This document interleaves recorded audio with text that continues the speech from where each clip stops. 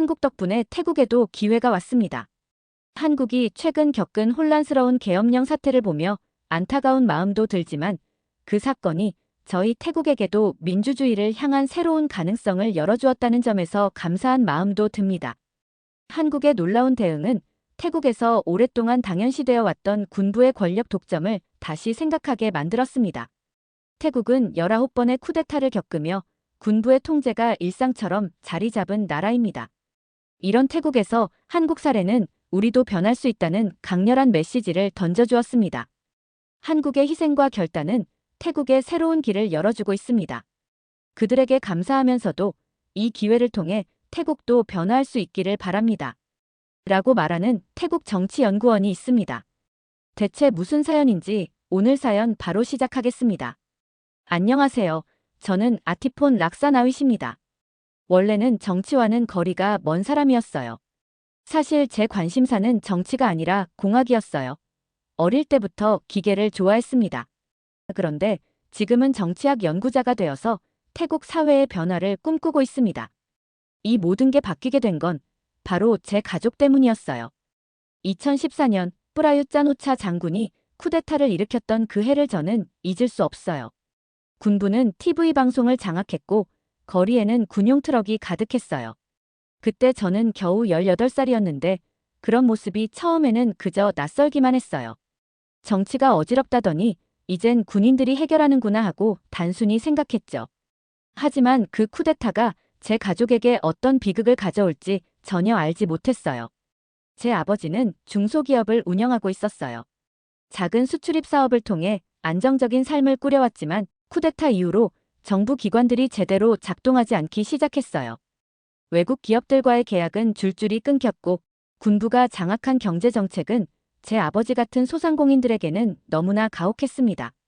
결국 몇 개월 만에 사업은 망했고 가족은 빚더미에 앉게 됐죠. 그게 끝이 아니었어요. 아버지는 사업을 살리기 위해 지역 정치인들에게 도움을 요청했지만 그 정치인이 군부와 가까운 사람이라는 사실을 몰랐던 거예요. 그 일로 우리 가족은 군부의 감시 대상이 되었고 아버지는 몇 번이나 군부 관리들에게 불려가 조사를 받았어요. 아버지는 끝까지 저에게는 아무렇지 않은 척했지만 하루는 집으로 돌아온 아버지가 조용히 울고 있는 모습을 봤습니다. 그 모습을 보고 저는 처음으로 정치가 이렇게 무서울 수 있구나라는 걸 깨달았어요. 저는 군부가 가진 막대한 권력에 분노했어요. 단지 나라를 통치하겠다는 명목으로 평범한 사람들의 삶을 이렇게 파괴할 수 있다니 믿기지 않았습니다. 그때부터 공학을 공부하던 저는 조금씩 다른 길을 생각하게 되었어요. 이런 세상을 바꾸려면 내가 기계를 만드는 게 아니라 이 부조리한 시스템을 바꿔야 하지 않을까? 라는 생각이 머릿속을 떠나지 않았습니다. 그리고 대학에 진학할 때 저는 제 인생의 첫 번째 큰 결정을 내렸습니다. 전공을 바꾼 거죠. 기계공학 대신 정치학을 선택한 순간 제 주변 사람들은 모두 놀랐어요. 아티폰, 내가 정치 같은 걸 이해나 할 수 있겠어? 라는 조롱도 들었죠. 하지만 저는 확신이 있었어요. 우리 가족이 겪은 고통을 이해하고 그 고통의 근본 원인을 찾아내는 일이 제게는 무엇보다 중요했으니까요. 저는 정치학을 공부하며 태국의 역사를 다시 봤습니다. 반복되는 쿠데타, 군부와 왕실의 공고한 관계, 그리고 국민들의 무기력함. 하지만 그 속에서도 민주주의를 꿈꾸는 사람들이 있었다는 걸 알게 되었어요. 그때 제 마음속에는 또 하나의 희망이 자라나기 시작했어요. 언젠가 이 군부 권력을 제어할 수 있는 시스템을 만들겠다는 희망이요. 사실 이 꿈이 허황된 이상처럼 느껴진다는 걸 저도 잘 알아요. 태국은 지난 100년 동안 19번의 쿠데타가 있었고 그중 12번이 성공했습니다. 쿠데타는 태국 사람들에게 너무 익숙한 일이 되었고 심지어 태국 정치의 일부로 여겨질 정도입니다. 하지만 제가 혼자 답답해한다고 세상이 변하지는 않겠죠. 그래서 저는 몇 년 전부터 쿠데타 방지를 위한 법적 제도를 연구하기 시작했습니다. 군부 권력을 견제할 수 있는 법안이 만들어진다면 태국도 한 걸음 앞으로 나아갈 수 있을 거라고 믿었어요. 쿠데타 방지법이라고 이름 붙인 이 연구는 사실 제가 태국 정치를 향한 마지막 희망처럼 느껴졌습니다. 그런데 현실은 너무도 냉혹했어요. 제가 동료 학자들에게 이 아이디어를 설명할 때마다 돌아오는 반응은 대부분 비슷했습니다. 아티폰, 태국에서 그런 법이 통과될 리가 없어. 군부를 건드렸다가는 오히려 더 큰 혼란만 생길 거야. 이 말이 저를 얼마나 화나게 했는지 몰라요. 그렇다고 군부가 계속해서 나라를 좌지우지하도록 내버려 둘 순 없잖아요. 그러던 어느 날 우연히 한 다큐멘터리를 보게 되었어요. 그것은 한국의 광주 민주화운동을 다룬 내용이었습니다. 한국도 한때 군부 독재에 시달렸던 나라라는 사실을 알고 있었지만 그 군부에 맞서 싸운 광주의 시민들이 어떤 희생을 치렀는지는 잘 몰랐어요. TV 화면 속에서 들려오는 총소리와 울부짖음, 그리고 끝까지 포기하지 않았던 사람들의 목소리가 제 마음을 뒤흔들었습니다. 그날 밤, 저는 밤새도록 한국의 민주화 역사를 찾아보기 시작했어요. 광주 민주화운동, 1987년의 민주항쟁, 그리고 군부 독재가 끝나는 과정까지. 한국은 우리 태국과 비슷한 문제를 겪었지만 결국 군부를 제어하는 법적 장치를 마련하고 민주주의를 지켜냈다는 사실을 알게 되었어요. 한국이 해냈다면 태국도 해낼 수 있지 않을까? 이 생각은 저에게 새로운 동기를 불어넣어줬습니다. 하지만 희망만으로는 현실을 바꿀 수 없었어요. 시간이 흐를수록 태국 사회는 군부의 영향력에 더 깊이 얽혀갔고 국민들도 쿠데타를 당연하게 여기는 듯 했습니다. 이런 상황에서 저 혼자 쿠데타 방지법을 연구한다고 해서 무엇이 달라질까 싶기도 했죠. 그러던 중 저는 태국 언론에서 나온 한국의 계엄령 해제 사건에 관한 보도를 접하게 되었습니다. 12월 3일 한국 대통령이 국가 비상사태를 이유로 계엄령을 선포했다는 소식이 태국 언론에 전해졌습니다. 저는 그 뉴스를 처음 봤을 때 혼란스러웠습니다. 한국은 제가 알고 있기로는 이미 민주주의가 뿌리내린 안정적인 나라였는데 그런 곳에서 계엄령이라니요. 하지만 그보다 더 놀라운 일은 그 뒤에 이어졌습니다. 한국 국회가 계엄령을 6시간 만에 해제했다는 속보가 나온 겁니다. 6시간 만에? 저는 믿기지 않았어요. 태국에서는 계엄령이 선포되면 몇 달, 아니 몇 년 동안 유지되는 게 일반적입니다. 계엄령은 군부가 정권을 장악하기 위한 도구로 사용되곤 했고 그 기간 동안 국민의 목소리는 철저히 배제되었죠. 그런데 한국에서는 그 계엄령이 6시간 만에 철회되었다니요. 저는 뉴스를 통해 그 배경을 더 자세히 알게 되었습니다. 국회가 계엄령 해제를 강력히 요구하고 국민들이 거리에서 민주주의를 지키겠다고 외쳤습니다. 결국 군부는 압박에 굴복했습니다. 12월 4일 태국 집권당이 쿠데타 방지법을 공식 발의했습니다. 발의 소식을 들은 저는 이 법안의 타이밍이 너무도 흥미로웠습니다. 한국에서 계엄령 해제 사례가 나온 지 하루 만에 발의된 이 법안은 분명 한국의 사례에 영향을 받았을 가능성이 컸습니다. 푸아타이당의 뿌라유 시리파닛 의원은 국회 토론에서 한국의 사례를 직접 언급했습니다. 한국은 군부가 선포한 계엄령을 국민과 국회가 협력하여 해제한 나라입니다. 이 사례는 태국에도 중요한 교훈을 줍니다. 우리는 군부의 권력을 견제할 제도적 장치를 마련해야 합니다. 그 말을 들은 순간 저는 이 법안이 단순히 법적 논의가 아니라 태국 민주주의를 위한 중요한 시도라는 확신이 들었어요. 하지만 동시에 태국과 한국의 차이를 무시할 수는 없었습니다. 한국은 국민들이 광주 민주화운동을 통해 군부의 억압에 맞서 싸운 역사를 가지고 있었고 그 힘이 결국 계엄령 해제와 민주주의 제도화로 이어졌습니다. 반면 태국은 왕실과 군부가 깊이 연결된 구조 속에서 국민 대다수가 쿠데타와 계엄령을 정치의 일부로 받아들이는 현실이 있었죠. 그날 밤 저는 책상 앞에 앉아 태국과 한국의 사례를 비교하며 노트를 채우기 시작했습니다. 태국의 쿠데타 방지법이 통과되기 위해서는 국민들에게 한국의 사례를 더 구체적으로 알리고 군부 통제의 필요성을 설득해야 한다는 생각이 들었거든요. 한국은 국민과 국회가 함께 행동했습니다. 태국에서도 이런 협력이 가능하다면 우리도 군부의 권력을 제한할 수 있어요. 태국에서 쿠데타 방지법이 발의된 후 3일 동안은 제 인생에서 가장 정신없는 시간이었습니다. 한국 사례를 분석하고 태국의 일을 어떻게 전달할지 고민하는 동안 시간은 저를 기다려주지 않았어요. 발표 준비에 몰두하며 느낀 건 이 주제가 단순히 학문적 논의로 끝날 수는 없다는 사실이었습니다. 이건 태국의 미래를 바꾸기 위한 이야기야. 그 믿음 하나로 저는 학회 발표 준비를 시작했습니다. 발표 주제는 명확했죠. 한국 계엄령 해제 사례가 태국 쿠데타 방지법에 주는 교훈. 드디어 발표의 날이 왔습니다. 강연장은 학자들, 학생들, 언론인들로 가득 찼고 저는 그들 앞에서 마이크를 잡았습니다. 떨리는 마음을 숨기며 침착하게 첫 마디를 꺼냈죠. 여러분, 한국은 과거 태국과 비슷한 문제를 겪었습니다. 쿠데타, 계엄령, 군부 독재. 그러나 오늘날 한국은 군부를 통제하며 민주주의를 지켜낸 나라로 세계에 인정받고 있습니다. 저는 천천히 한국의 사례를 설명하기 시작했습니다. 2024년 12월 3일, 한국에서는 계엄령이 선포되었습니다. 그런데 단 6시간 만에 해제되었습니다. 이 사건은 단순히 빠른 결정이 아니라 한국 사회가 군부를 견제할 수 있는 제도를 만들었기 때문에 가능했습니다. 관객들 사이에서 웅성거림이 들렸습니다.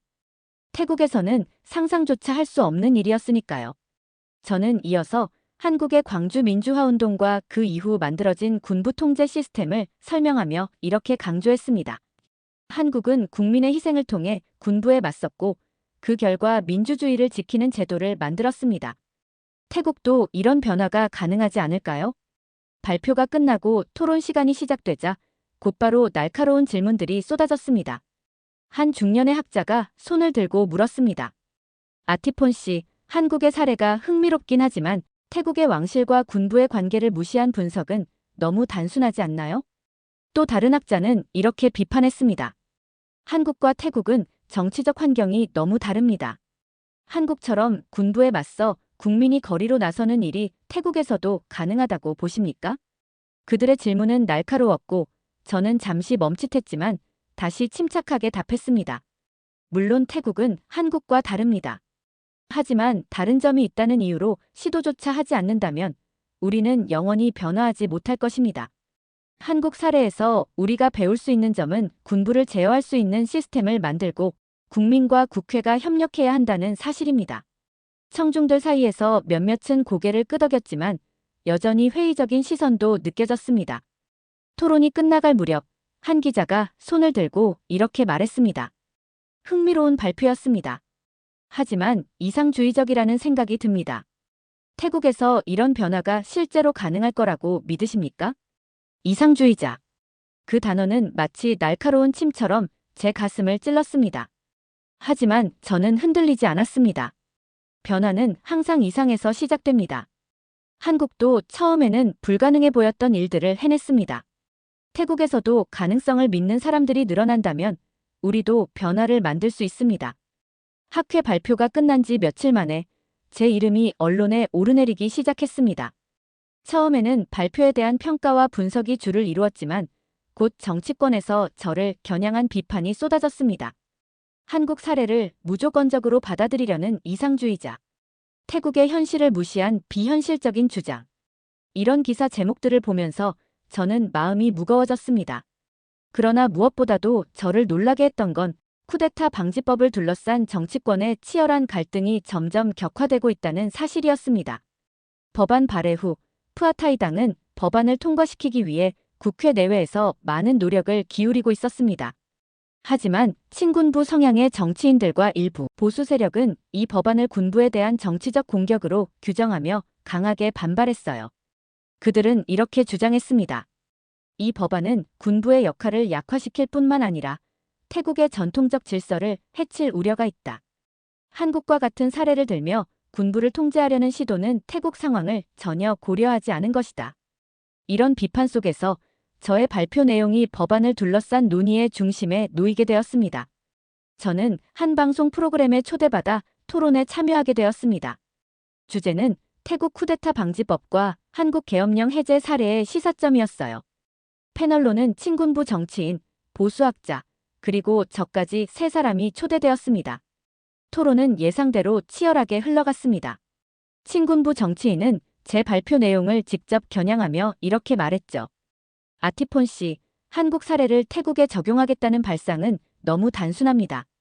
태국 군부는 단순한 정치 세력이 아니라 왕실과 국가 안보를 지키는 핵심 축입니다. 이런 구조를 무시하고 군부를 제한하려는 시도는 불가능합니다. 저는 침착하게 반박했습니다. 물론 태국 군부와 한국 군부의 역할은 다릅니다. 하지만 군부가 정치적 권력을 독점하고 쿠데타를 일으키는 상황이 계속된다면 국가 안보 역시 위협받게 될 겁니다. 쿠데타가 반복되는 한 태국은 진정한 안정과 발전을 이룰 수 없습니다. 그의 표정은 굳어졌지만 저는 멈추지 않았습니다. 쿠데타 방지법은 군부를 약화시키는 법안이 아닙니다. 오히려 군부가 본연의 역할인 국가 안보에만 집중할 수 있도록 돕는 법안입니다. 토론이 끝난 뒤 방송국을 나서며 저는 심한 피로감을 느꼈습니다.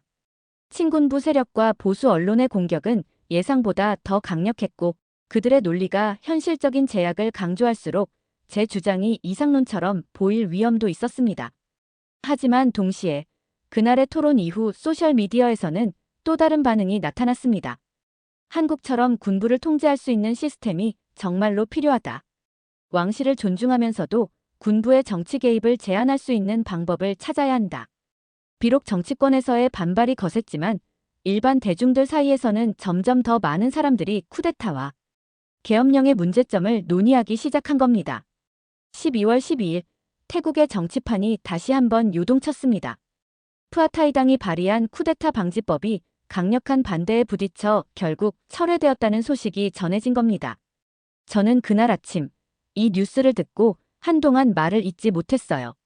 법안 발의가 태국의 군부 통제를 위한 중요한 첫걸음이 될 거라고 믿었지만 예상보다 훨씬 더 강한 저항에 부딪혀 좌초된 것입니다.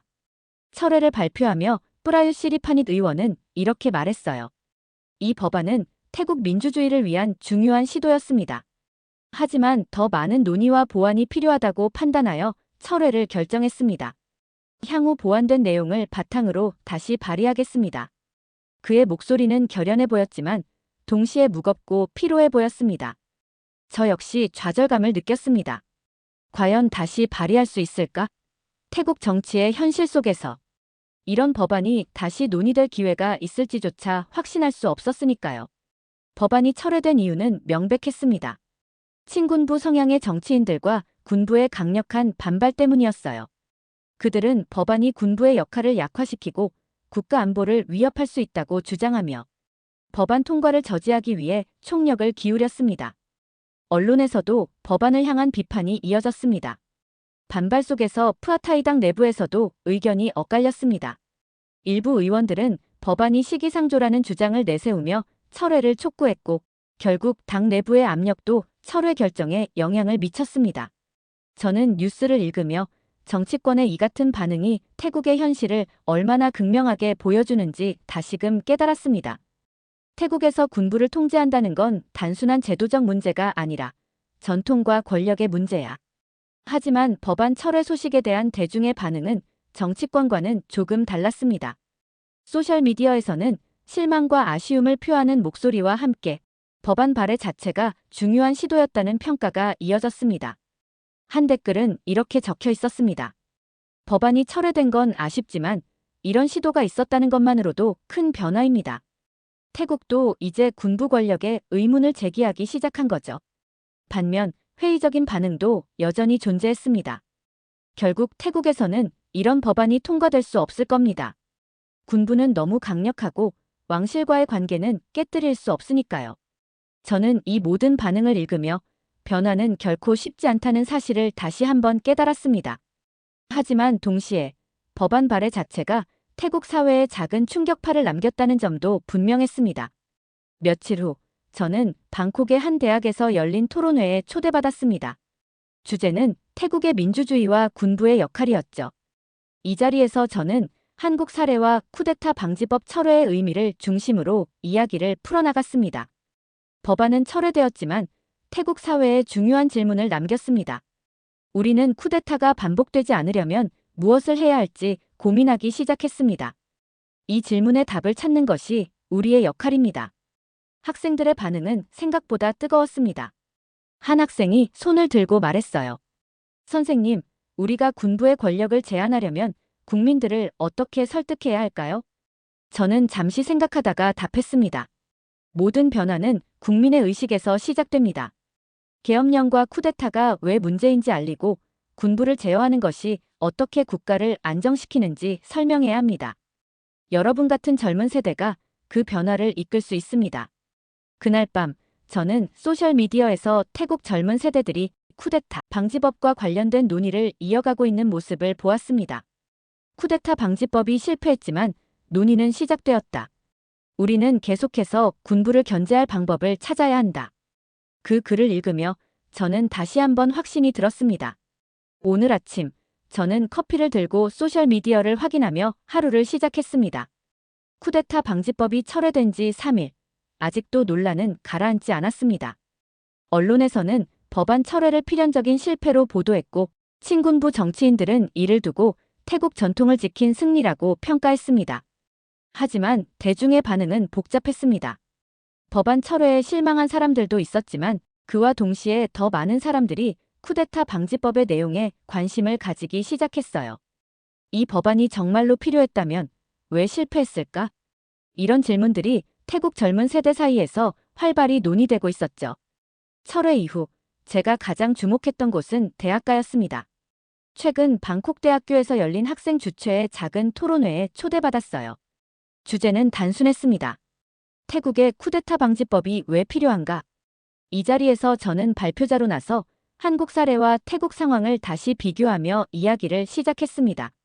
한국의 계엄령 해제 사례는 단순히 빠른 결정이 아니라 제도적 변화와 국민의 참여가 결합된 결과였습니다. 태국에서도 비슷한 시스템을 만들 수 있다면 군부의 쿠데타 반복을 막을 수 있을 겁니다.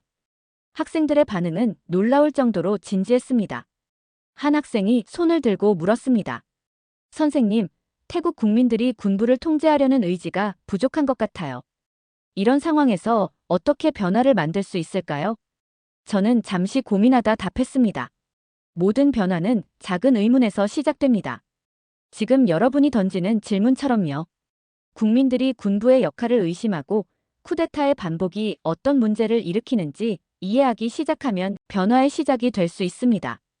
이후 이어진 대화에서 학생들은 자신의 생각을 나누며 태국의 군부와 민주주의에 대해 깊이 고민하는 모습이 보였어요. 이 작은 움직임이 태국 사회 전체로 퍼질 가능성을 느끼며 저는 희망을 가질 수 있었습니다. 행사가 끝난 후 몇몇 학생들이 저를 찾아와 도움을 요청했습니다. 선생님, 저희가 온라인에서 군부 통제와 쿠데타 방지법에 대한 정보를 공유하는 캠페인을 시작하려고 해요. 어떤 자료를 참고하면 좋을까요? 저는 그들에게 한국의 계엄령 해제 사례와 광주 민주화운동에 대한 자료를 추천했습니다. 한국 사례는 태국과 다르지만 변화의 가능성을 보여주는 좋은 예입니다. 이를 태국 상황에 맞게 해석해서 여러분만의 메시지를 만들어 보세요. 그들은 고맙다며 자료를 받아갔고 그날 밤 소셜미디어에서는 벌써 그들이 시작한 캠페인의 첫 게시물이 올라왔습니다. 게시물의 반응은 예상보다 뜨거웠습니다. 수십 명의 사람들이 댓글을 통해 의견을 나누며 우리도 변화를 만들어야 한다는 목소리가 이어졌어요. 하지만 이런 움직임이 커질수록 정치권에서는 더 강한 반격이 시작됐습니다. 친군부 성향의 언론들은 온라인 캠페인과 저 같은 인물들을 겨냥해 외국 사례에 의존하는 비현실적 주장이라고 비판했습니다. 한 보수 성향 신문은 이렇게 썼습니다. 태국은 왕실과 군부가 국가의 근본을 이루는 나라다. 군부를 통제하려는 시도는 곧 전통과 권위를 흔드는 것이다. 저는 이 기사를 읽으며 태국에서 군부 통제를 이야기하는 일이 얼마나 민감하고 복잡한 문제인지 다시 한번 깨달았습니다. 하지만 이와 동시에 이런 반격이 나온다는 건 변화의 씨앗이 효과를 내고 있다는 신호라고 생각했어요. 12월 17일 밤, 저는 방콕 시내의 한 카페에서 학생들과 함께 마지막 토론회를 마쳤습니다. 하루 종일 이어진 질문과 논의로 몸은 피곤했지만 마음속에는 이상한 설렘이 가득했어요. 이들의 눈빛, 목소리, 그리고 열정은 지금까지 제가 경험했던 그 어떤 순간보다 강렬했습니다. 학생들 중 한 명이 저에게 마지막으로 이렇게 물었습니다. 선생님, 태국이 정말로 한국처럼 변할 수 있을까요? 군부가 통제되고 민주주의가 뿌리내린 나라가 될 수 있을까요? 저는 깊은 숨을 내쉬고 마치 그 질문을 기다렸다는 듯 대답했습니다. 네, 태국도 한국처럼 변할 수 있습니다. 하지만 시간이 걸릴 겁니다. 우리에게는 한국처럼 군부를 견제할 제도, 국민의 의식, 그리고 끈질긴 노력이 필요합니다. 하지만 반드시 할 수 있습니다. 집으로 돌아오는 길, 저는 창밖의 어두운 도시를 바라보며 생각에 잠겼습니다. 한국은 단순히 군부를 몰아낸 것이 아니었습니다. 광주의 희생을 기억하며 국민과 정치권이 함께 군부를 제어할 제도를 만들었고 결국 그 힘으로 민주주의를 지켜낼 수 있었습니다. 태국은 한국과 다릅니다. 왕실과 군부의 연결, 쿠데타에 대한 국민들의 체념, 그리고 정치권의 복잡한 이해관계까지 모든 것이 다르지만 그렇다고 태국이 변화를 만들 수 없다는 뜻은 아니에요. 한국이 걸어온 길은 태국에도 영감을 줍니다. 우리는 우리의 방식으로 한국처럼 군부를 통제하고 민주주의를 지킬 수 있는 시스템을 만들어야 합니다. 이 생각은 저를 다시 일으켜 세웠습니다. 다음 날 아침, 저는 학생들에게서 메시지를 받았습니다. 선생님, 저희는 포기하지 않을 겁니다. 태국도 한국처럼 변할 수 있다는 가능성을 더 많은 사람들에게 알리겠습니다. 그 메시지를 읽으며 저는 미소를 지었습니다. 이들의 열정은 저를 초월하는 힘을 가지고 있었습니다. 학생들은 소셜미디어 캠페인을 통해 군부와 쿠데타의 문제를 알리기 시작했고 대학가에서 자발적으로 토론회를 열며 더 많은 사람들에게 메시지를 전달하고 있었어요. 한 학생은 캠페인 포스터에 이렇게 적었습니다. 태국에도 변화가 필요합니다. 한국처럼 민주주의를 지켜낼 수 있는 시스템을 만들어 갑시다. 12월 19일 저녁, 저는 다시 무대에 섰습니다. 이번 연설은 태국의 민주주의를 논하는 공개 토론회에서 진행된 것이었죠. 여러분, 우리는 지금까지 쿠데타와 계엄령이 당연한 현실인 것처럼 받아들였습니다. 하지만 한국은 그런 현실을 바꾸어냈습니다. 우리는 왜 할 수 없을까요? 저는 청중을 바라보며 말을 이어갔습니다. 한국은 국민이 군부의 억압에 맞섰고 그 과정에서 법과 제도를 통해 군부를 통제했습니다. 오늘날 그들은 세계에서 가장 안정적인 민주주의 국가 중 하나로 인정받고 있습니다. 우리도 할 수 없을 이유는 없습니다. 그 순간 제 안에 뜨거운 확신이 차올랐습니다. 이 길은 쉽지 않겠지만 반드시 가야 하는 길이었습니다. 저는 지금 이 글을 쓰며 한국의 최근 계엄령 사태에 대해 깊은 안타까움을 느낍니다. 한국은 이미 오랜 시간 동안 민주주의를 지키기 위해 싸워온 나라입니다. 그런 한국에서 계엄령이 선포되었다는 사실은 저에게도 큰 충격이었습니다. 하지만 동시에 한국 국민들과 국회가 그 계엄령을 단 6시간 만에 해제했다는 소식은 저와 우리 태국에게 너무나도 강렬한 교훈을 주었습니다. 한국은 단순히 군부에 저항한 것을 넘어 체계적으로 군부를 통제할 수 있는 제도를 만들어냈습니다. 한국 국민 여러분, 그리고 한국 사회에 진심으로 감사드립니다. 여러분이 무거운 순간을 극복하며 보여주신 단결력과 민주주의에 대한 헌신은 우리 태국 국민들에게 큰 희망이 되었습니다. 앞으로 태국도 한국처럼 군부의 정치 개입을 제한하고 민주주의를 더욱 굳건히 세우기 위해 노력할 것입니다. 여러분의 경험과 성공은 우리에게 길잡이가 되고 있습니다. 끝으로 한국 국민들께 따뜻한 응원의 메시지를 전합니다. 한국은 이미 세계에 민주주의의 모범을 보여준 나라입니다. 앞으로도 여러분의 민주주의는 더욱 강해질 것이라 믿습니다. 태국에서도 그 길을 따라가겠습니다. 감사합니다. 두 번째 사연 시작합니다. 여기 한국의 문화를 배우고 싶어 한국에 온 미국 여대생이 있습니다. 그녀는 한국에서 머물며 한국의 문화와 기술 발전만을 배운 것이 아니고 함께 나아가는 힘을 배웠다고 이야기하는데요. 대체 무슨 사연일지 오늘 사연 바로 시작하겠습니다. 안녕하세요. 저는 앨리슨 스미스, 미국에서 국제관계를 전공하는 대학생이에요. 대학에서 공부를 시작할 때까지만 해도 한국이라는 나라에 대해 특별히 관심을 가진 적은 없었어요. 그런데 몇 년 전부터 한국 문화가 전 세계적으로 인기를 끌고 있다는 사실을 알게 되었죠. 친구들이 K-팝을 들으며 춤을 따라하고 저녁이면 함께 한국 드라마를 보며 이야기하는 게 일상이 되었어요. 처음엔 단순히 새로운 트렌드라고 생각했어요. 미국에서 늘 그랬듯 세계 각국에서 유행이 돌고 나면 다시 잊혀질 거라고 생각했죠. 그런데 시간이 지나도 한국 문화에 대한 관심은 식지 않았어요. 오히려 점점 더 커지고 있었어요. 그러다 어느 날 제가 자주 가는 카페에서 친구들과 함께 한국 드라마를 보게 되었어요. 그날 본 드라마는 이태원 클라스였는데 이야기가 단순한 로맨스를 넘어서서 사회적 메시지를 담고 있었어요. 저는 그 드라마에서 강한 인상을 받았어요. 주인공이 차별과 어려움을 극복하고 자신만의 길을 만들어가는 이야기는 한국 사회를 반영한 것처럼 보였고, 한국이 단지 경제적 발전만을 이룬 나라가 아니라 사회적으로도 중요한 변화와 성장을 이루고 있다는 생각이 들었죠. 그때부터 한국에 대한 호기심이 깊어졌어요. 대학교에서 국제관계를 전공하다 보니 자연스럽게 다른 나라의 정치, 경제, 문화를 비교하고 연구하는 일이 많았어요. 그 과정에서 한국의 급속한 경제 성장이 세계적으로 주목받고 있다는 사실도 알게 되었어요. 한국은 20세기 중반까지만 해도 전쟁으로 피폐해졌던 나라였지만 이제는 세계에서 가장 빠르게 성장한 국가 중 하나로 꼽히고 있었죠. 하지만 제 관심은 단지 경제적 성공에 그치지 않았어요. 그들은 어떻게 이런 변화를 이루어냈을까? 한국의 문화, 사회, 그리고 사람들이 어떻게 이 과정을 받아들이고 적응했는지 궁금했어요. 그리고 무엇보다 한국이 지금도 어떻게 세계에 영향을 미치고 있는지를 더 깊이 이해하고 싶었어요. 그래서 저는 교환학생 프로그램에 지원하기로 결심했어요. 제 선택은 한국이었죠.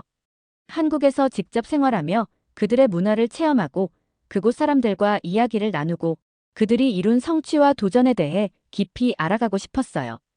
교환학생으로 한국에 가게 된다는 생각에 가슴이 뛰었어요.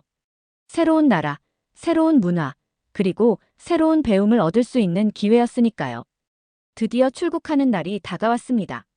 한국으로 가는 비행기를 타기 전날 밤, 저는 가방을 싸며 한국에서의 생활을 상상했어요. 서울은 어떤 도시일까? 한국 음식은 나에게 맞을까? 한국 친구들은 나를 어떻게 받아들일까? 수많은 질문들이 머릿속을 떠다녔어요. 기대감에 잠을 이루지 못했죠. 비행기 안에서도 그 설렘은 계속됐어요. 창밖으로 펼쳐진 구름을 보며 제가 한국에서 겪게 될 일들을 하나하나 떠올렸습니다. 새로운 언어, 새로운 사람들, 그리고 낯선 도시에서의 생활. 모든 것이 미지의 세계처럼 느껴졌어요. 서울에 도착한 첫날 밤, 저는 학교 근처에 있는 작은 게스트하우스에 머물게 되었어요. 게스트하우스 주인 아주머니는 매우 친절하셨고 저를 반갑게 맞아주셨어요. 어서 오세요. 한국에 온 걸 환영해요. 라는 인사를 받았을 때 비로소 제가 한국에 왔다는 사실이 실감났습니다. 피곤했지만 저는 바로 잠들 수 없었어요. 창밖으로 보이는 서울의 밤거리를 바라보며 이 도시가 가진 생동감에 반하게 되었죠. 네온 사인이 번쩍이는 거리, 늦은 시간까지 북적이는 사람들, 그리고 그들 사이로 자리를 잡고 있는 작은 노점상들까지. 서울은 그야말로 잠들지 않는 도시처럼 보였어요. 다음 날 아침, 저는 첫 한국 생활을 시작하기 위해 준비를 마쳤어요. 교환학생 등록을 위해 학교로 가야 했죠. 서울의 지하철을 타고 이동하면서 다시 한번 이 도시의 규모와 시스템에 감탄했습니다. 지하철은 매우 깨끗했고 사람들이 서로 질서를 지키며 타고 내리는 모습이 인상적이었어요. 제가 머물게 될 학교에 도착했을 때 교환학생 등록을 도와주는 한국 학생들이 저를 반갑게 맞이해 주었어요. 그들은 제게 친절하게 학교의 시설을 소개해주고 필요한 서류들을 처리하는 데 도움을 주었죠. 한국 학생들은 매우 활기차고 다른 나라에서 온 학생들에게 관심이 많았어요. 그들과의 첫 만남에서 저는 그들의 따뜻한 환대와 열정적인 태도에 감동했습니다. 처음엔 낯설었던 한국이 이제는 조금씩 저에게 친숙해지기 시작했어요. 한국에서의 첫날은 그렇게 지나갔습니다. 모든 것이 새롭고 흥미로웠어요. 저는 이곳에서 앞으로 어떤 경험을 하게 될지 기대에 부풀어 있었습니다. 한국에서의 생활을 시작한 한 주 동안 가장 많이 저를 놀라게 한 것은 바로 대중교통 시스템이었어요. 미국에서는 자동차가 없으면 이동하기가 굉장히 불편한 경우가 많아요. 특히 대중교통이 잘 발달되지 않은 도시에서는 더더욱 그렇죠. 하지만 서울에서 생활을 시작하자마자 저는 완전히 다른 세계에 와 있다는 걸 느꼈습니다. 서울의 대중교통은 매우 체계적이고 효율적이었어요. 어디를 가든 지하철과 버스가 연결되어 있어 복잡한 도심을 쉽게 돌아다닐 수 있었죠. 미국에서는 지하철이 상대적으로 제한적인 노선을 가지고 있거나 시간이 불규칙한 경우가 많아요.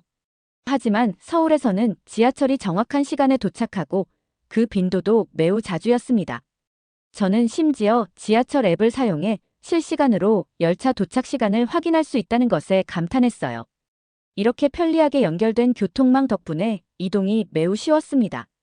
지하철역 안은 깔끔하고 에어컨이 잘 작동해 여름철에도 시원하게 이용할 수 있었어요. 그리고 무엇보다 놀라웠던 건 교통비가 매우 저렴하다는 것이었죠. 제가 사용하는 미국의 대도시 지하철 시스템과 비교했을 때 서울의 교통비는 훨씬 저렴했고 비용 대비 서비스의 질이 높았습니다. 하루 종일 서울 곳곳을 돌아다니며 느낀 것은 이 도시가 정말 모두를 위한 도시라는 생각이었어요. 교통이 편리하게 제공되니 누구나 쉽게 접근할 수 있었고 이동의 자유를 만끽할 수 있었습니다. 그리고 또 한 가지 인상적이었던 점은 한국의 밤거리가 미국과는 다르게 매우 안전하다는 사실이었어요. 처음 한국에 왔을 때 밤늦게까지 도서관에서 공부하다가 집으로 돌아가는 일이 많았는데 그때마다 큰 거리낌 없이 대중교통을 이용할 수 있었습니다. 한국 친구들은 자정이 넘어도 지하철을 타거나 버스를 타고 혼자 집으로 돌아가는 것을 아무렇지 않게 생각했어요. 미국에서는 늦은 시간에 대중교통을 이용하는 것은 신중하게 결정해야 하는 일이죠. 특히 안전에 대한 걱정이 항상 따라오니까요. 저는 여러 차례 밤늦게 혼자 집으로 돌아가거나 친구들과 야경을 즐기러 도심 곳곳을 걸어 다녔어요. 그런데 그때마다 두려움 없이 편안하게 이동할 수 있었죠. 거리에는 많은 사람들이 있었고 상점과 카페도 밤늦게까지 운영하고 있었어요. 특히 이태원이나 홍대 같은 번화가에서는 자정이 넘어서도 사람들이 거리를 활기차게 누비고 있었어요. 미국에서는 밤에 혼자 걸어 다니는 일이 위험할 수 있어 피하게 되지만 서울에서는 그리 큰 걱정 없이 밤 거리를 걸을 수 있었습니다. 저는 친구들과 함께한 어느 날 밤 서울의 한 번화가에서 카페를 찾기 위해 거리를 돌아다니고 있었어요. 그때 깨달았죠. 이 도시의 치안이 이렇게 좋은 이유가 사람들의 신뢰와 질서 의식에 있다는 것을요. 길을 걷다가 떨어뜨린 지갑을 줍는 사람들, 대중교통에서 자리 양보를 당연하게 생각하는 모습들을 보며 이곳에서 사람들은 서로를 존중하고 배려하는 문화 속에서 살아가고 있다는 것을 느꼈어요. 서울 시내를 돌아다니며 저는 또 하나의 인상 깊은 기술을 경험하게 되었어요. 바로 스마트 시티 프로젝트였습니다. 서울은 세계에서 가장 빠르게 성장하는 스마트 도시 중 하나였고 그 속에서 저는 여러 첨단 기술을 직접 체험할 수 있었어요. 스마트 기술은 단지 공원에서만 사용되는 것이 아니었어요. 서울의 아파트와 상업 건물에도 다양한 스마트 기술이 적용되어 있었죠. 예를 들어 제가 머물고 있는 기숙사에는 스마트 도어락 시스템이 있어서 열쇠 없이도 출입이 가능했어요.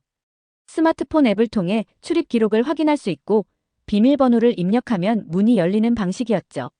처음에는 이런 시스템이 낯설었지만 시간이 지날수록 그 편리함에 감탄하게 되었어요. 이뿐만이 아니었어요. 한국에서는 식당에서 음식을 주문하거나 배달 음식을 시킬 때도 스마트폰 하나면 충분했어요. 처음에는 한국어가 익숙하지 않아서 어려울 줄 알았는데 많은 앱들이 영어를 지원하고 있어서 오히려 더 편리하게 사용할 수 있었어요. 스마트폰을 이용해 음식을 주문하고 결제까지 간편하게 마칠 수 있는 시스템은 제게 신선한 충격이었어요.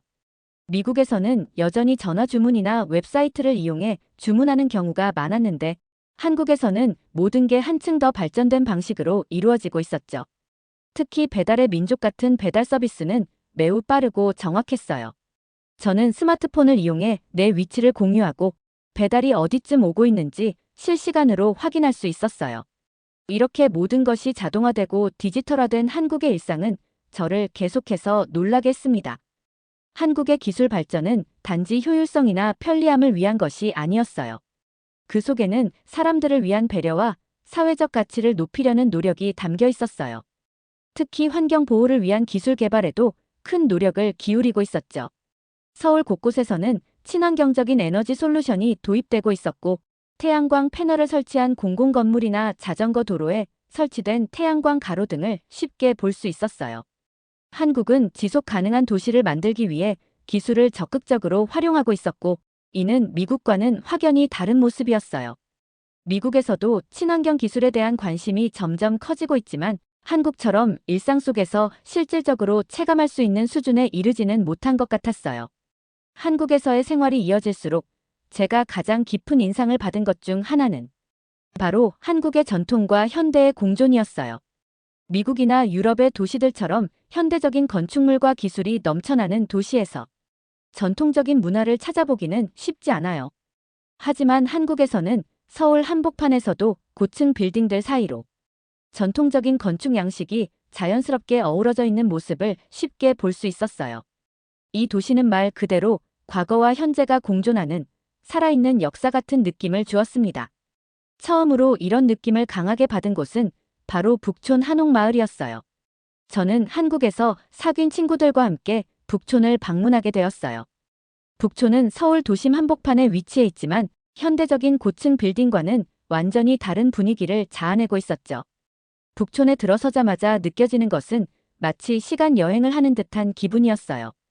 북촌의 좁은 골목길을 따라 걷다 보면 서울이라는 거대한 도시 속에서 이렇게 고요하고 전통적인 공간이 남아있다는 것이 신기하기만 했어요. 한옥의 기와 지붕과 나무로 된 대문, 그리고 작은 정원들이 한옥들 사이사이에 자리 잡고 있었고 그 모든 것이 한데 어우러져 한국만의 독특한 미를 자아내고 있었어요. 미국이나 유럽의 대도시에서는 이런 전통과 현대가 공존하는 모습을 보기 힘들죠. 현대적인 건축물은 과거를 덮어버리고 전통은 보존되지 않은 채 잊혀지기 마련인데 한국에서는 전통을 지키면서도 현대와 조화를 이루는 방식이 매우 자연스러웠습니다. 북촌 한옥마을을 둘러본 후 저는 경복궁을 방문하게 되었어요. 경복궁은 조선시대의 궁궐로 한국의 역사와 문화를 상징하는 중요한 장소였어요. 경복궁은 서울 도심 한가운데에 위치해 있어 주변에 현대적이고 높은 빌딩들과 대조를 이루고 있었어요. 궁궐의 웅장한 규모와 섬세한 건축 양식은 그 자체로 하나의 예술 작품 같았죠.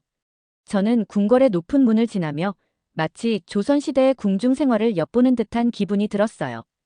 경복궁에서는 정해진 시간마다 수문장 교대식이 열리는데 그 행사를 보고 있으면 마치 조선시대에 와 있는 듯한 느낌을 받을 수 있었어요. 전통 복장을 입은 병사들이 행렬을 이루며 왕궁을 지키는 모습을 현대 서울의 배경 속에서 보게 되니 이곳이 과거와 현재가 공존하는 곳이라는 사실을 다시금 실감할 수 있었습니다. 경복궁 안을 걸으면서 저는 궁궐 내부의 다양한 건축물들을 관찰했어요.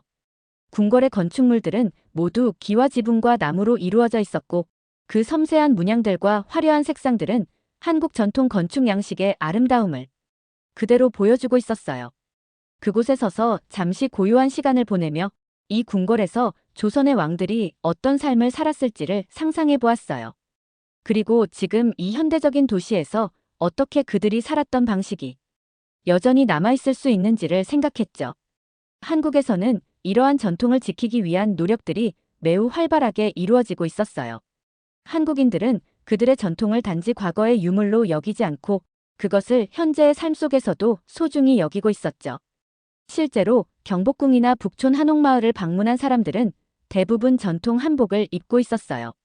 그들은 관광객을 위한 전통 복장이 아니라 자신들의 문화를 직접 체험하고 즐기는 하나의 방식으로 한복을 입고 있었죠. 한국의 옛 모습에 감탄한 저는 친구들과 한옥 체험을 할 수 있는 숙소에서 하루를 보내기로 했어요. 한옥의 내부는 매우 소박하고 간결했지만 그 속에 담긴 평온함은 말로 표현할 수 없었어요. 마당에는 작은 연못이 있었고 그 주변을 둘러싼 대나무와 나무들이 바람에 흔들리는 소리를 들으며 저는 마치 옛 시대의 고요한 저택에 와 있는 듯한 기분이 들었어요. 한국에서 생활을 하면서 가장 감동받았던 점 중 하나는 사람들 간의 나눔과 배려, 그리고 그들이 가지고 있는 강한 공동체 의식이었어요. 미국에서는 개인주의가 더 강조되는 사회적 분위기 속에서 자랐기 때문에 한국에서 경험한 이 공동체 의식은 제게 굉장히 신선했어요. 제가 처음 한국의 나눔 문화를 체감한 것은 작은 식당에서였어요. 학교 근처에 있는 한 식당에 친구들과 함께 가게 되었는데 주문한 음식이 나오기 전에 다양한 반찬들이 기본으로 제공되었어요. 미국에서는 메인 요리 외에 별도의 사이드 디시를 추가로 주문해야 하는 경우가 많지만 한국에서는 반찬이 무료로 제공되는 것이 보편적이었어요. 그 식당의 주인 아주머니는 제가 외국인임을 알아차리고 한 번 더 친절하게 반찬을 더 내어주셨죠. 혹시 더 필요한 게 있으면 언제든지 말하세요. 라는 따뜻한 한마디에 저도 모르게 미소가 지어졌습니다. 식사를 하면서 친구와 이야기를 나누던 중 그 친구가 한국의 나눔 문화에 대해 설명해 주었어요. 한국에서는 사람들끼리 나누는 문화가 매우 중요해. 음식을 나누고 도움을 주고받는 것을 자연스럽게 생각하지. 그리고 서로를 가족처럼 대하려고 노력해.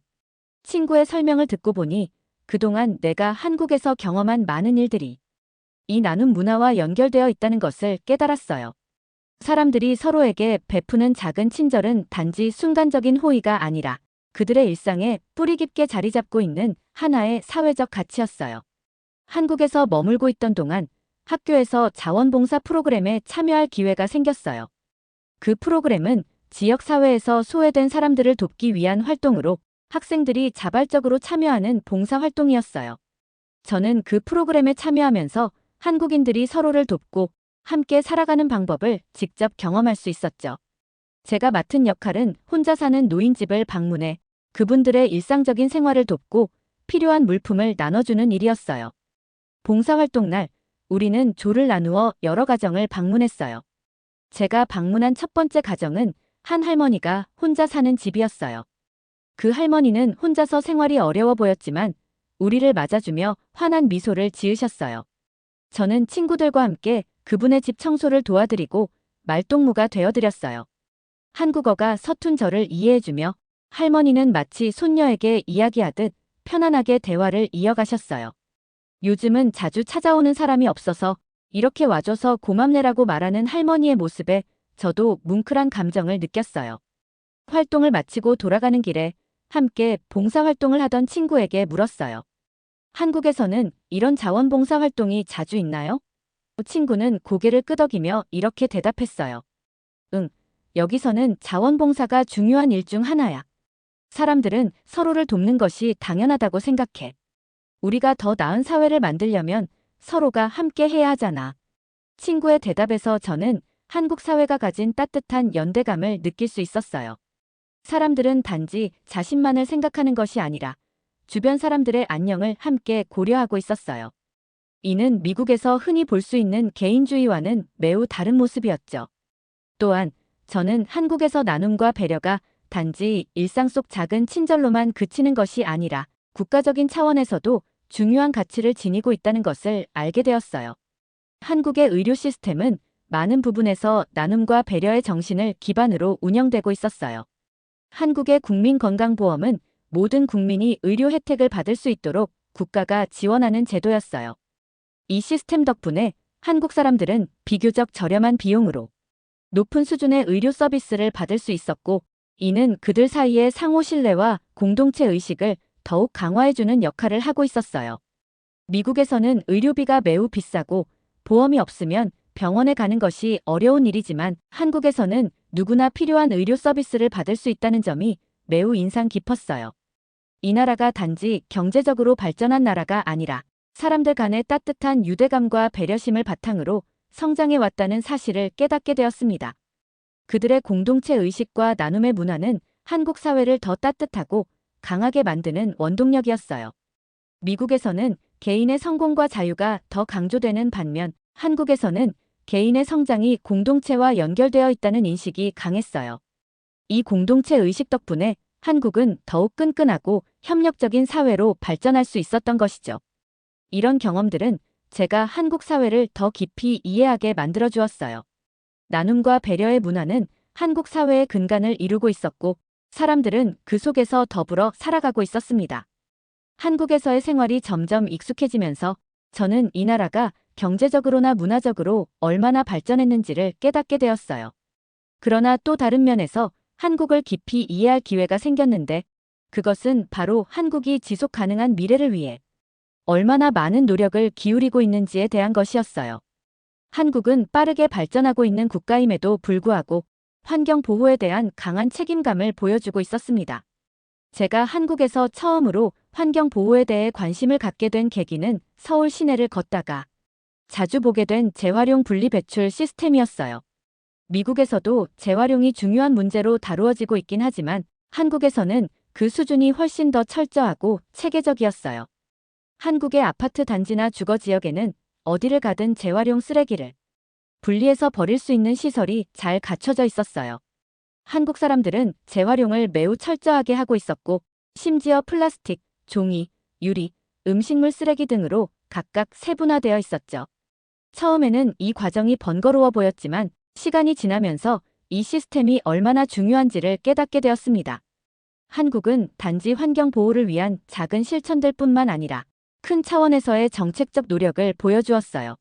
한국 정부는 2050년까지 탄소 중립을 달성하겠다는 목표를 세우고 이를 위해 다양한 친환경 정책을 추진하고 있었죠. 한국의 기업들도 이런 정책에 맞춰 적극적으로 변화하고 있었어요. 특히 대기업들은 환경에 미치는 영향을 최소화하기 위해 친환경 기술 개발과 재생에너지 사용을 늘리는 노력을 기울이고 있었습니다.